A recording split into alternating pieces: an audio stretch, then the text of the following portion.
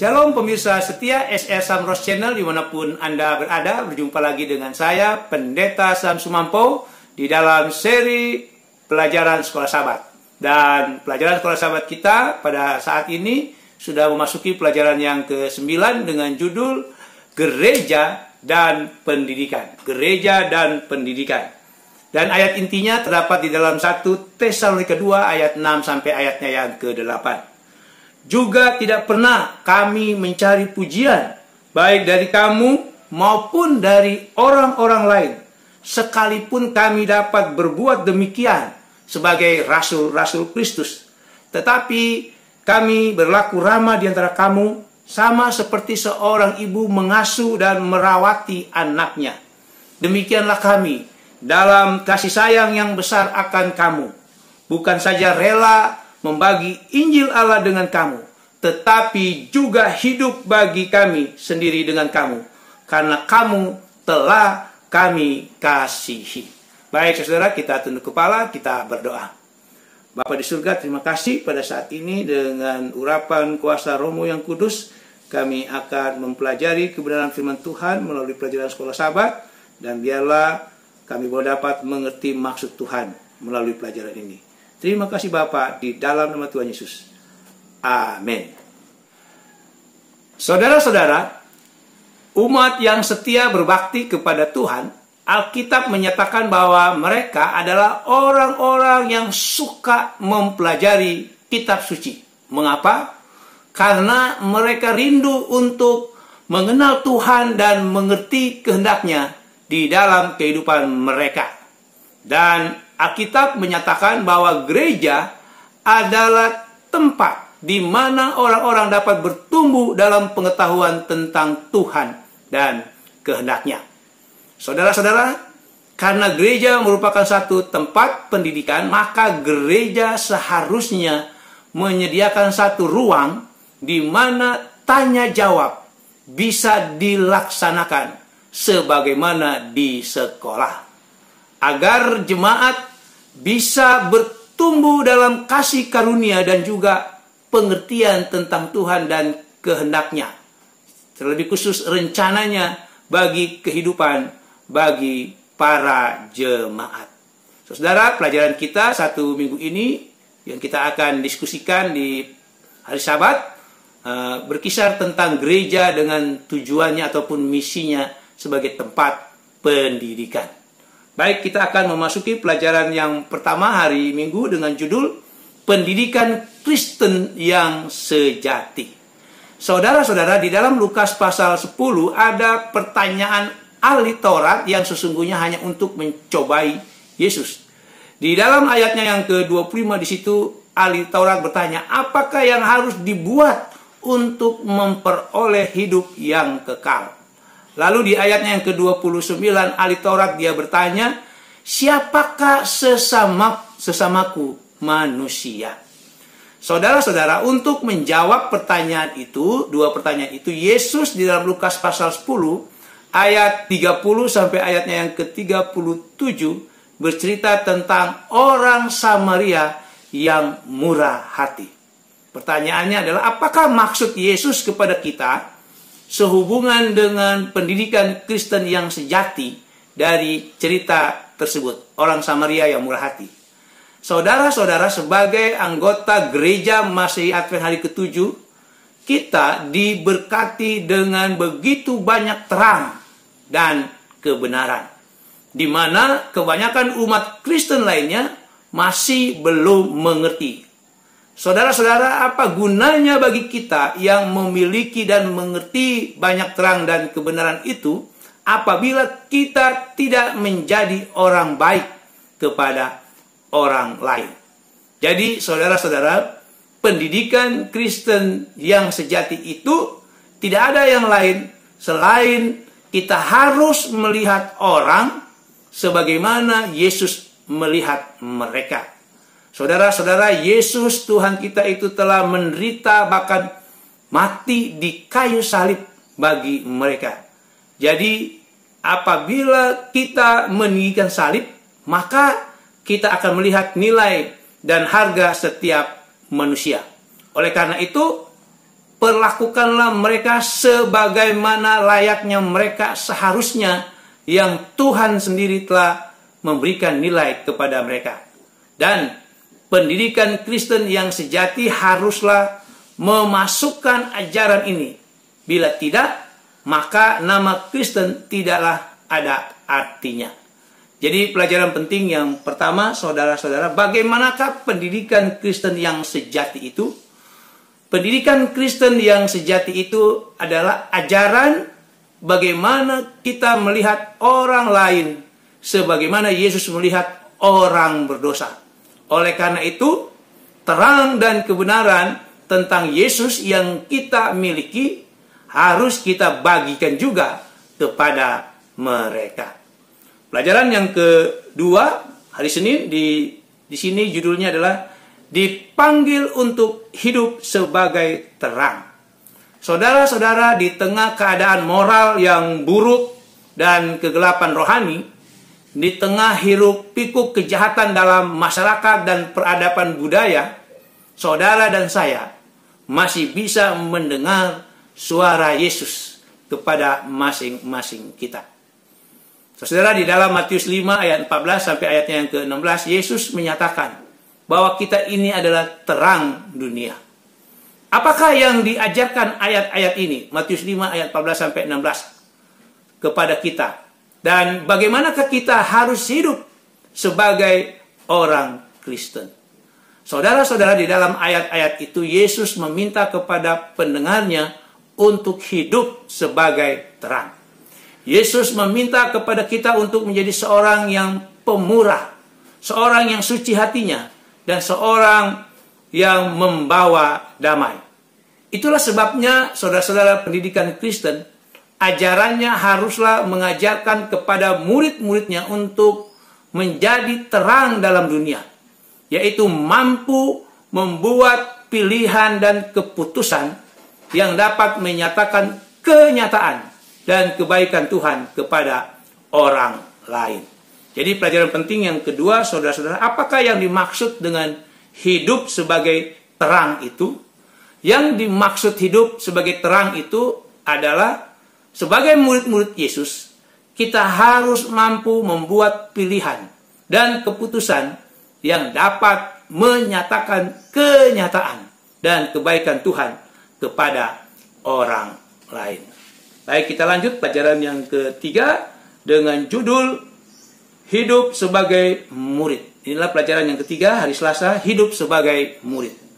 Saudara-saudara, Yesus adalah satu kekuatan dalam melaksanakan pendidikan Kristen di dalam gereja. Karena Yesus sebagai guru agung telah menghidupkan satu kehidupan yang ideal, yang menjadi perhatian murid-muridnya selama kurang lebih 3 tahun. Di mana di dalam kehidupannya pengampunan, rahmat, dan kasih berjalan bersamaan. Dan saudara-saudara, berbicara tentang pemuridan, itu bukanlah sesuatu yang bisa dianggap sepele atau remeh.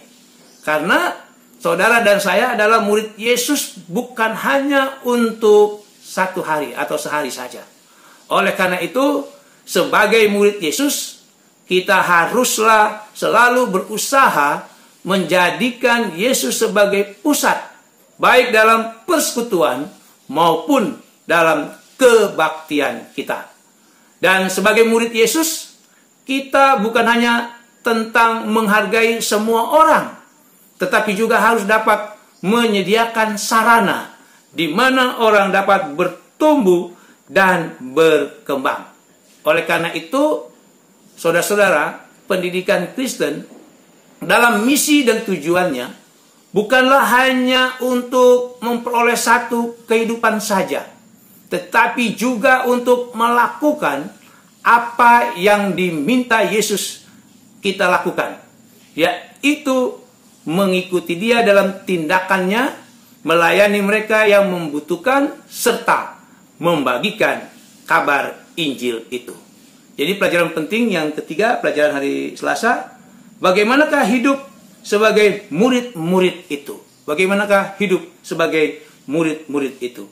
Hidup sebagai murid-murid itu adalah bukanlah hanya untuk memperoleh satu kehidupan saja, tetapi juga untuk melakukan apa yang Yesus minta kita lakukan, yaitu mengikuti Dia dalam tindakannya melayani orang-orang yang membutuhkan serta membagikan kabar Injil itu kepada mereka.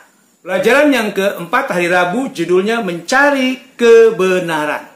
Saudara-saudara, kita hidup dalam satu dunia yang penuh misteri, di mana pengetahuan modern telah menunjukkan kepada kita satu kerumitan yang muncul dalam setiap tahap keberadaan kita. Dan Alkitab juga, saudara-saudara, penuh dengan cerita mengenai orang-orang yang sama seperti kita, yang mempunyai berbagai pertanyaan, berbagai ketakutan, pengharapan, dan juga kegembiraan. Dan orang dengan caranya sendiri, mereka mencari kebenaran, mereka mencari jawaban terhadap berbagai pertanyaan dari kehidupan itu. Mengapa? Oleh karena Pengkhotbah pasal 3 ayat 11 mengatakan manusia tidak dapat menyelami pekerjaan yang dilakukan Allah dari awal sampai akhir. Maka saudara-saudara, disinilah kitab suci mempunyai peran penting sebagai sumber kebenaran. Yohanes 16 ayat 13, Yohanes 17 ayat 17, Mazmur 25 ayat 5, dan juga Yeremia 29 ayatnya yang ke-13. Saudara-saudara, siapakah kita ini? Mengapa kita berada di sini? Bagaimanakah seharusnya kita hidup? Apakah yang terjadi ketika kita mati? Mengapa ada kejahatan dan penderitaan? Inilah beberapa pertanyaan yang ingin diketahui oleh para pencari kebenaran.